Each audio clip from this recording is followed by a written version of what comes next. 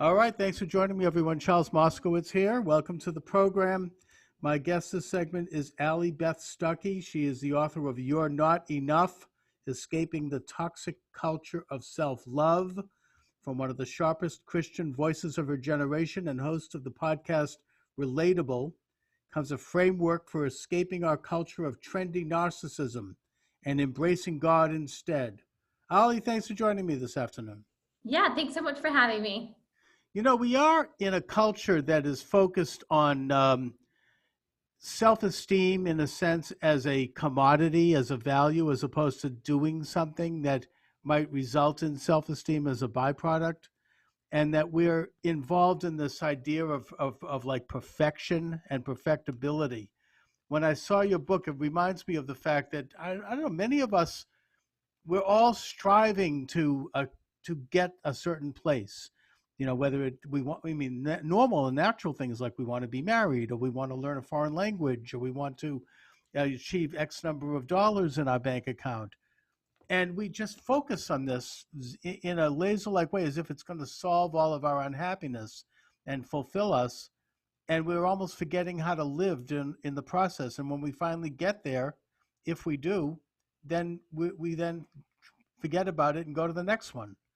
And you know, it's kind of like a way to go through life and not really stop and step back and contemplate who we are.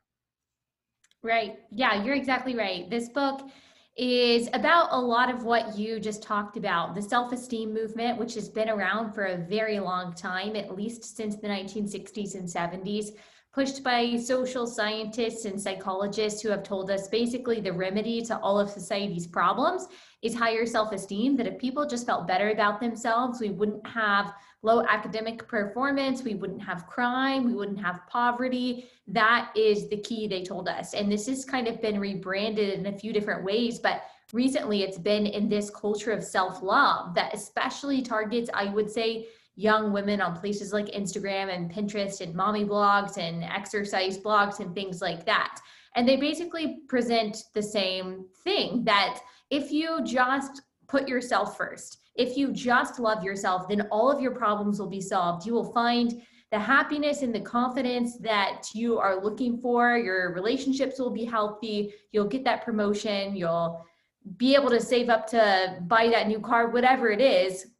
And unfortunately, what I found before I started writing this book, and the reason why I started writing this book, is that it's actually making the people who have been stuck in this world for a long time, this world of what I call toxic or trendy narcissism, toxic culture of self-love, it's making them miserable. They're actually very much still struggling with self-loathing and self-deprecation and feeling unfulfilled and unsatisfied. They don't know who they are. They don't know why they're here. And they've done all the things that these self-love gurus have told them to do to love themselves.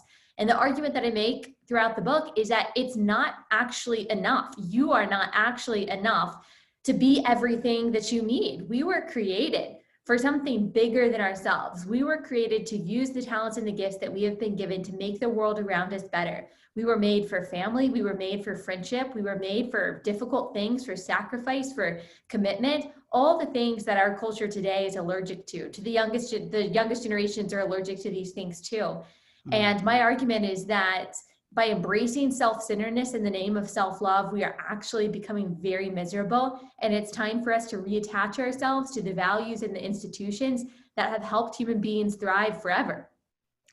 Yeah, I mean, I suppose in a way, the whole self-love movement is actually self-hate, because no one is going to ever rise to a level of perfection, and they're not Right. questioning what it is that they're valuing that is so wonderful that they would need to do that.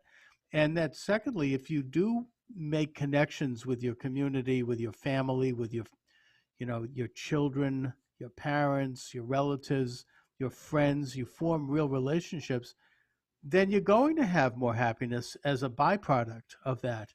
Because, this idea of like, are you happy? This idea of happiness as a commodity, it's not. It's just a byproduct of being a self-actualized person, of being a successful person. Likewise with this whole self-esteem. Self-esteem isn't a thing. self-esteem is a byproduct of accomplishing something. If you learn something and you achieve something you wanted to do that has value, then you're going to get self-esteem as a byproduct of it. And now we have like an education system that teaches self-esteem as if this is something that you can learn, as a subject in and of itself. But I like what you're saying about the self narcissism. And it's very punitive. When Mm. somebody is focusing, I have to, by this date, I have to, lose weight and have this weight. And then you go through this kind of self-loathing and this almost a process of like up and down, up and down. It's like a cycle. You're essentially giving yourself over to some outside force, really. Right.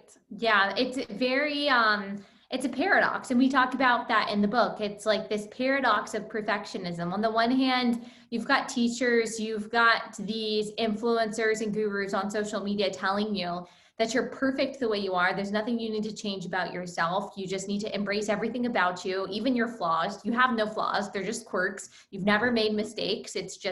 They're just learning experiences. It is this attempt to try to shift away any idea of negativity or bad, and for you to just embrace all of what you are, even the parts that really probably should be changed and improved. So they're telling you you're perfect the way you are, but simultaneously they're saying, but to really be perfect the way you are, you need to read my book, or you need to follow my program, or you need to get on this diet, or you need to organize your house in this way. And so even the people that are feeding women in particular, but probably men too, this lie that you're perfect the way you are, really you're perfect the way you are is just a Trojan horse for whatever program or product or book they're selling.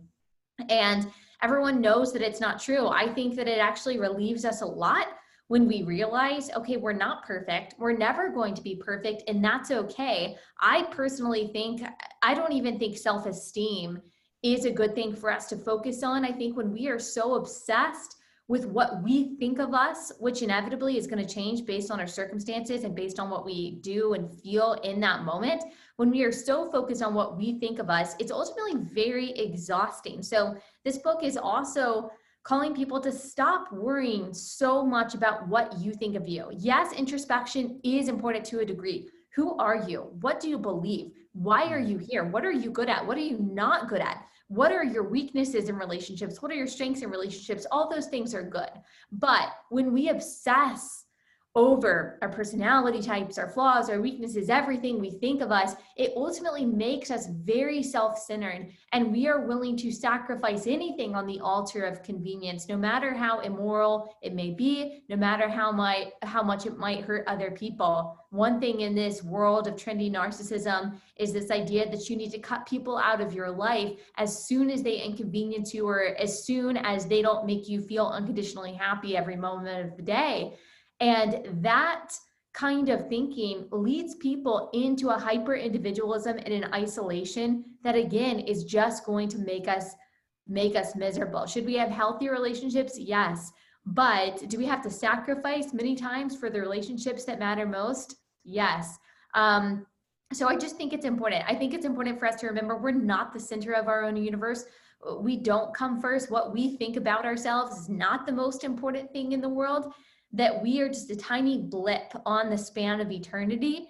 And we should see ourselves as that and try to make the most of the time that we have by using the gifts and the talents for the good of the people around us.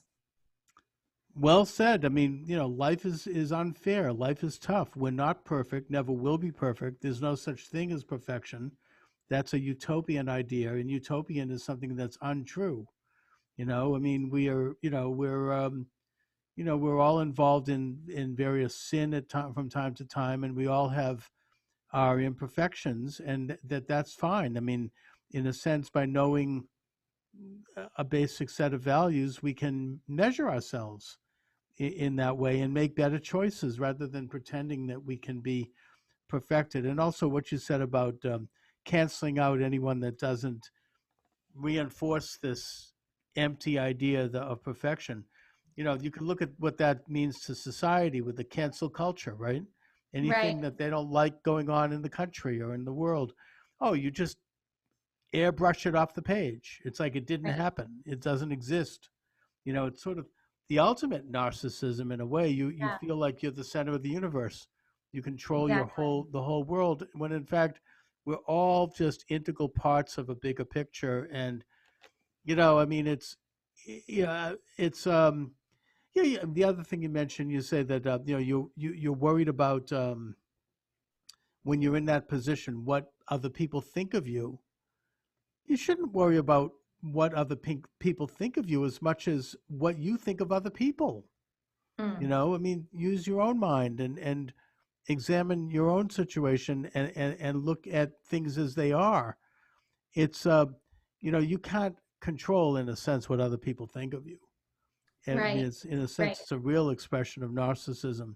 How do I look? What am I doing? I mean, you could be funny about it, but Yeah. it's No, well, what I argue for in the book is self-forgetfulness in a lot of ways, and I believe that that brings a certain liberation and relief to people when we don't feel the pressure to constantly orient the rest of the world around ourselves, to constantly be thinking about how do I look when I'm around this group of people? What does this person think of me? How am I perceived on social media? Is that person thinking about the thing that I said yesterday? I mean, this, even if they are self-deprecating thoughts, it's a form of self-obsession that is indicative of narcissism that I think is crushing a lot of people. And in this world of social media, we are so concerned with appearances. We're right. so concerned with our brand, which has its place in some ways. I understand that's the world that we live in. That's the world that I live in. Of course, I'm on social media. I've got a Yeah, me too. podcast.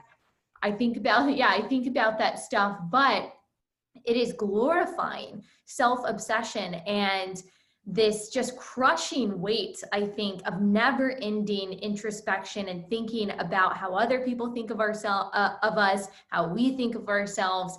I think people just, we're not made to stand up under the weight of that as much as we do, especially young people who just haven't Mm. even developed their brains to be able to kind of process constructive criticism and things like that. The world of social media and the focus on who you appear to be and what people think of you, it's just too much for human beings to Oh, it bear. is. And So, I think we should also, as a cautionary note, mention that social media, while a great tool, is by nature a narcissistic medium, yeah, because when you see people's Facebook page or their Instagram, they're only putting up the nice moments. You know what I mean? It's not a realistic snapshot of who someone is. They're only putting up the good pictures. They're only putting up the happy events, the things that make them look good. We all do that to an extent. I mean, if I have a video that's not great, I may not post it, but you just need to keep that in mind. I mean, it's not a realistic, actual picture of what someone's life is like. It's only a right, snapshot of their life the way they want you to see it at that moment. And when you do that, it feeds into your own sense of narcissism, and it gets into a level of competition that's just not realistic. I mean, none of exactly. us have this. You go on a vacation, you're taking pictures of the Eiffel Tower. You don't see what else is going on at that vacation, which might not be quite so pretty. I mean, it's just it's not real. In other words, Right. it's not a realistic thing. It's a movie. It's Yeah. creating an artificial entity, and this whole and if you stop worrying about how you look all the time and start thinking about what you care about, you're going to look better anyways. Right. In the Right. long run, I mean, don't worry about it. It's like because you'll be real. Authenticity is what looks good, Right. ultimately. Truth Right. is what looks good. Right. Even I unpleasant truth looks good if it's real. I think that so much of what you're saying has implications even beyond just, the comparison and the competition that so many of us struggle with when we're on social media, but also when our lives are predominantly in the two-dimensional. So when our lives are predominantly lived on Twitter, predominantly lived on Instagram, we have a very warped view of reality. We have a warped view of the people that disagree with us, the people on the other side of the aisle, the people Mm. that don't look like us. We have a very warped view of our nation's actual problems, what the trends are, what the narratives are. Whereas if you live your life predominantly in the three-dimensional. If you live your life in the real world, you'll find that probably most of the people that disagree with you in your neighborhood are also nice people, that the people who look differently than you are great people, the people who are voting differently than you are probably great people too, even though you disagree on different things, that the things that the media say our trends and our narratives aren't necessarily correlated with reality at all. And so social media exists not just to create this narcissism and this competition, but also this division and this anger and this frustration that is very often misplaced. And like you said, social media can be great. But because we're all coming there with our own egos and with our own narcissism, it unfortunately creates just an alternate universe that doesn't necessarily correspond with reality. And I think it's making us very angry and miserable, which is another reason to pull ourselves, to pull ourselves out of the two-dimensional and to pull ourselves into the real world where real, difficult, fruitful, fulfilling relationships exist, where your job exists, where your hard work actually produces and cultivates something that is good, where faith exists, where church exists, where community exists. All of these things that the human heart and the human soul needs don't exist in the two-dimensional. They don't exist on social media. So I think that's another reason why it's so important for us to engage in the real. Okay, my guest is Allie Beth Stuckey. The book is You're Not Enough, and That's Okay. It's available at Amazon and at all the usual locations, published by Penguin Random House. I suppose another cautionary note, and it goes to what you're saying, Allie, is that in these social networks, we tend to surround ourselves with echo chambers. And that's, it's okay to affiliate with people that you do resonate with, but you don't know, you tend to be cut off from a bigger picture. You don't know what's going on in the outside world. And as someone who used to have a radio show, and I interviewed a lot of people, and I'm conservative, I've interviewed a lot of people who are liberals and who wrote books. I was often struck by how they didn't even talk. They wrote about conservatism, but they didn't actually talk to any conservatives. They didn't know any conservatives. They were just going from like this theoretical, paradigm, this intellectual paradigm. And I think that in a way, in a kind of more street cred way, that's what social media does. You end up forming your entire way of thinking based on some very narrow, select views, and younger people are more prone to getting their information from that social media as opposed to maybe more general media or general sources of information. And I guess that my hope is that people will connect with both sides, all sides. I mean, I think you find conservatives tend to do that more than liberals. I agree. Yeah, and so that's a big problem, and it's resulting in kind of a shrinkage of our intellectual reach and a polarization of the country, really.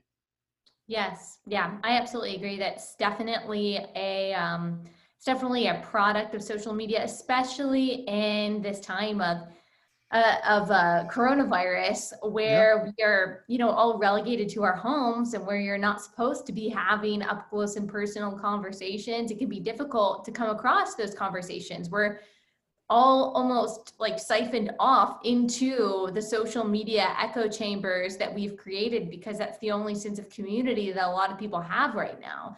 And it just seems that we're kind of in this perfect storm that's creating a lot of narcissism, a lot of anger, a lot of resentment, a lot of detachment from reality, and a lot of misery. And we're in an election year, and so there's chaos going on.